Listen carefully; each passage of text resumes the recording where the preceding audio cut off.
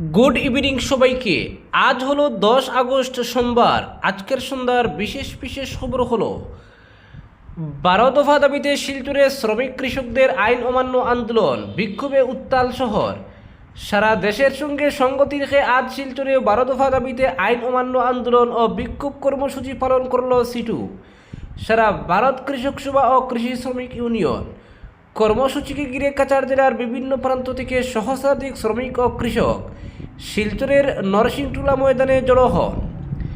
সমাবেশে বক্তব্য রাখেন সুভাষ দেব, দুলাল মিত্র, সুপ্রিয় ভট্টাচার্য, রেজামত আলী বড়বুইয়া সহ অন্যান্য নেতৃবৃন্দ। বক্তারা কেন্দ্রীয় ও রাজ্য সরকারের বিভিন্ন জনবিরোধী এবং শ্রমিক কৃষক বিরোধী নীতির তীব্র সমালোচনা করেন। তাদের অভিযোগ, সরকারের নীতির ফলে শ্রমজীবী মানুষ ও কৃষকরা ক্রমশ আর্থিক অনিশ্চয়তার মধ্যে পড়ছেন। সমাবেশ শেষে শ্রমিক কৃষকদের একটি বিশাল মিছিল শহরের বিভিন্ন পথ পরিক্রমা করে শিলচর জেলা প্রশাসনের কার্যালয়ের সামনে পৌঁছায়। সেখানে বিক্ষোভ প্রদর্শনের পাশাপাশি বিভিন্ন দাবির সমর্থনে স্লোগান দেন আন্দোলনকারীরা। পরিস্থিতি নিয়ন্ত্রণে প্রশাসনের পক্ষ থেকে বিপুল সংখ্যক পুলিশ মোতায়েন করা হলেও আন্দোলনকারীদের গ্রেফতার করা হয়নি। আন্দোলনকারীদের 12 দফা দাবির মধ্যে অন্যতম হল শ্রম কোড বাতিল, শ্রমিকদের ন্যূনতম মাসিক মজুরি 26,000 টাকা নির্ধারণ, প্রকল্প কর্মীদের সরকারি কর্মীর মর্যাদা প্রদান এবং কৃষকদের উৎপাদিত ফসলের ন্যূনতম সহায়ক মূল্যের আইনি গ্যারান্টি নিশ্চিত করা। পাশাপাশি পুনর্বাসনের ব্যবস্থা না করে উচ্ছেদ বন্ধ করার দাবিও জানানো হয়েছে। অপরদিকে অরুণাচল সীমান্তে নির্বিচারে গুলি চালনা, আহত 8 আসামের নাগরিক। আসাম অরুণাচল সীমান্তের মিংবাং বস্তিতে অরুণাচলের বাসিন্দাদের বিরুদ্ধে নির্বিচারে গুলি চালনার অভিযোগ উঠেছে। এই ঘটনায় 8 জন অসমিয়া আহত হয়েছেন বলে জানা গেছে। অভিযোগ অনুযায়ী সীমান্তবর্তী এলাকায় অরুণাচলের লোকজন দখলের চেষ্টা চালাচ্ছিলেন। স্থানীয় অসমিয়া বাসিন্দারা এর প্রতিবাদ করলে অরুণাচলের দুষ্কৃতীরা গুলি চালনা করে বলে অভিযোগ। গুলি চালনায় আহতরা হলেন সঞ্জয় টায়ুং, দুর্গেশ্বর পাটর, রোহিত দলে, নাগরাজ দলে, ফামে বেগু, উৎপল দলে, জান দলে এবং বিজ্ঞেশ্বর পাটিল। অপরদিকে কেরলমে পুরো বন্দে মাতরম গাওয়া হবে না, কেন্দ্রের নির্দেশ উড়িয়ে কড়া বার্তা মন্ত্রীর। কেরলমে জাতীয় গান বন্দে মাতরমের সম্পূর্ণ সংস্করণ গাওয়া হবে না বলে স্পষ্ট জানিয়ে দিলেন রাজ্যের স্বাস্থ্যমন্ত্রী কে মুরলীধরন। কংগ্রেস সাংসদ রাজমোহন উন্নিতানও একই অবস্থান জানিয়েছেন। তাদের বক্তব্য, রাজ্য সরকারি অনুষ্ঠানগুলিতে এতদিন বন্দে মাতরমের প্রথম 2টি স্তবকই গাওয়া হয়েছে, ভবিষ্যতেও সেই নিয়মই বহাল থাকবে। সাংবাদিকদের মুরলীধরন বলেন, কেরলমের সমস্ত সরকারি অনুষ্ঠানে অতীতে শুধু প্রথম 2টি স্তবক গাওয়া হয়েছে, এখনও সেই প্রথাই চলবে। তার দাবি, কেন্দ্রীয় সরকারের নির্দেশ থাকলেও কেরলম তা গ্রহণ করবে না। রাজমোহন উন্নিতান আরও কড়া সুরে বলেন, প্রধানমন্ত্রী নরেন্দ্র মোদী গুলি করে মেরে ফেলার হুমকি দিলেও কেরলমে সম্পূর্ণ বন্দে মাতরম গাওয়া হবে না। অপরদিকে 3 বছর পর জাতীয় দলে সরফরাজ, চোটগ্রস্ত সাই সুদর্শনের পরিবর্তন হিসেবে শ্রীলঙ্কা সিরিজে ডাক এলো। কথাটা কি কাকতলীয় নাকি দীর্ঘ অপেক্ষার পরে দরজা খুলল সরফরাজ খানের জন্য? বৃহস্পতিবার ইনস্টাগ্রামে একটি ছবি পোস্ট করেছিলেন মুম্বাইয়ের ব্যাটার। নিজের ছবি নয়, 2019 সালের তেলুগু ছবি জার্সির একটি দৃশ্য। ছবিতে লেখা, আমি হয়তো তোমাদের অঙ্কে ঢুকতে পারছি না, কিন্তু আমি সর্বস্ব দিয়ে লড়াই করব। আর তারপরেই এলো জাতীয় দলে ফেরার খবর। চোটের কারণে শ্রীলঙ্কার বিরুদ্ধে 2 টেস্টের সিরিজ থেকে ছিটকে গেলেন সাই সুদর্শন। তার পরিবর্তে ভারতীয় দলে ডাক পেলেন সরফরাজ খান। দীর্ঘদিন ধরে ঘরোয়া ক্রিকেটে নিয়মিত রান করেও জাতীয় দলের দরজায় অপেক্ষা করতে হয়েছে তাকে। প্রায় 3 বছর পর ফের এলো সেই ডাক। সরফরাজের ফর্ম নিয়ে অবশ্য কোনো প্রশ্ন নেই। রঞ্জি ট্রফি থেকে বিজয় হাজারে ঘরোয়া ক্রিকেটের প্রায় প্রতিটি মঞ্চেই ব্যাট হাতে ধারাবাহিক তিনি। প্রথম শ্রেণীর ক্রিকেটে 62 ম্যাচে তার রান প্রায় 64.73 গড়ে 2024 সালে ভারতীয় টেস্ট দলে 6টি ম্যাচ খেলে করেছিলেন 371 রান, সর্বোচ্চ 150। তারপরেও আর ভারতীয় টেস্ট দলে জায়গা হয়নি, তা নিয়ে কম বিতর্ক হয়নি। ঘরোয়া ক্রিকেটের ধারাবাহিক পারফরমেন্স সত্ত্বেও কেন জাতীয় দলের বাইরে, তা নিয়ে প্রশ্ন উঠেছে বারবার। সম্প্রতি নাম না করে সেই বঞ্চনার যন্ত্রণা প্রকাশ করেছিলেন সরফরাজ। শ্রীলঙ্কার বিরুদ্ধে 2 টেস্টে সুদর্শনকে না পাওয়ায় অবশ্য তার জায়গায় সরফরাজের পাশাপাশি আলোচনায় ছিলেন শাইখ রশিদও। দুজনেই ঘরোয়া ক্রিকেটে ভালো ফর্মে, শেষ পর্যন্ত অভিজ্ঞতাকে গুরুত্ব দিয়ে সরফরাজের উপরই আস্থা রাখল নির্বাচকরা। সাই সুদর্শনের চোট নিয়েও সতর্ক বিসিসিআই।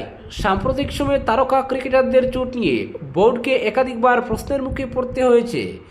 তাই সুদর্শনকে নিয়ে কোনো ঝুঁকি নিতে চাইছে না মেডিকেল টিম।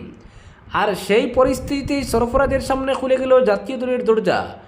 বৃহস্পতিবারের সেই লড়াই চালিয়ে যাব বার্তা যেন আরও অর্থবহ হয়ে উঠল একদিনের মধ্যেই।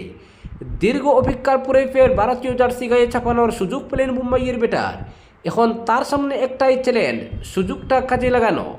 অপরদিকে ঘোষণা ইশার, 10 মাস পরও রেলের ডেট অফ জার্নি বদলের সুযোগ নেই।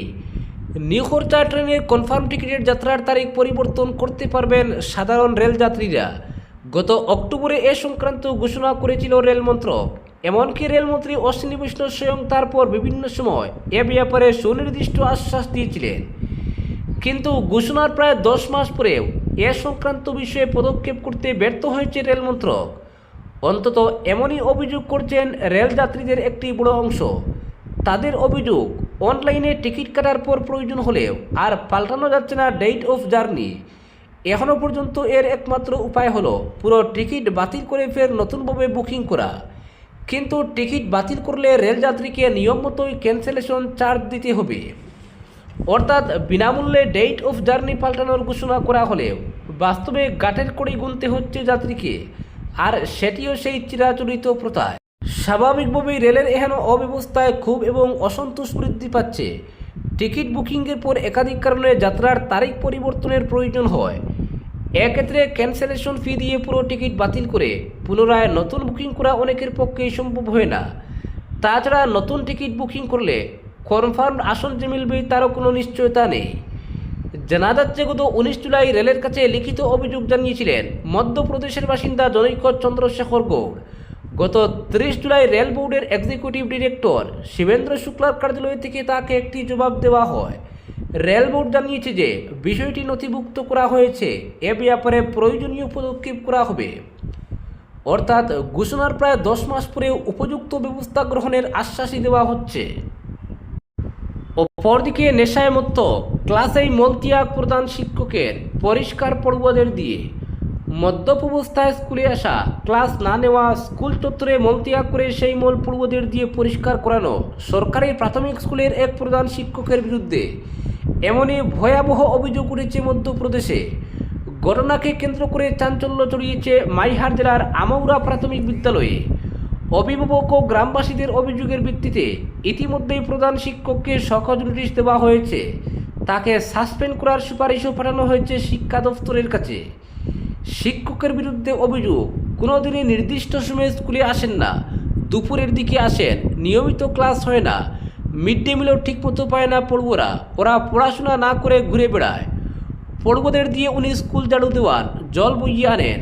আরও অভিযোগ, ওই প্রধান শিক্ষক স্কুলের সর্বত্র গুটখার পিক ফেলে রাখেন, মত্ত অবস্থায় মলত্যাগও করে ফেলেন। সেই সব কিছু বাচ্চাদেরই পরিষ্কার করতে বাধ্য করা হয়। শিশুদের মানসিক ও শারীরিক স্বাস্থ্য নিয়ে উদ্বেগ প্রকাশ করেছেন অভিভাবকরা। বিষয়টি ব্লক এডুকেশন অফিসার রাজেশ দ্বিবেদী জানতে পেরে সহজ নোটিশ পাঠিয়েছেন ওই প্রধান শিক্ষককে। তাকে সাসপেন্ড করার প্রস্তাব পাঠানো হয়েছে। অপরদিকে 13 বছরের নিচে শিশুদের সমাজ মাধ্যম এবং অনলাইন গেমিং প্ল্যাটফর্ম ব্যবহারে নিয়ন্ত্রণ আনার প্রস্তাব উঠছে সংসদে। অভিভাবকের অনুমতি ছাড়া 13 বছরের কম বয়সী কোনো শিশু যাতে সমাজ মাধ্যম বা গেমিং প্ল্যাটফর্মে অ্যাকাউন্ট খুলতে না পারে সেই ব্যবস্থা করার দাবি জানিয়ে একটি প্রাইভেট মেম্বার্স বিল আনার উদ্যোগ নিয়েছেন বিজেপি সাংসদ বৈজয়ন্ত জয় পান্ডা। প্রস্তাবিত বিলটির নাম শিশুদের জন্য নিরাপদ ও স্বাস্থ্যকর ইন্টারনেট পরিবেশ বিল। সেখানে অনলাইন প্ল্যাটফর্মে শিশুদের সুরক্ষার জন্য একাধিক পদক্ষেপের কথা বলা হয়েছে। এর মধ্যে অন্যতম হলো সমাজ মাধ্যমে অ্যাকাউন্ট খোলার সময় ব্যবহারকারীর বয়সের প্রমাণপত্র জমা দেওয়া বাধ্যতামূলক করা। শুধু বয়স যাচাই নয়, অভিভাবকদের জন্য বিশেষ নজরদারি ব্যবস্থার প্রস্তাবও রয়েছে।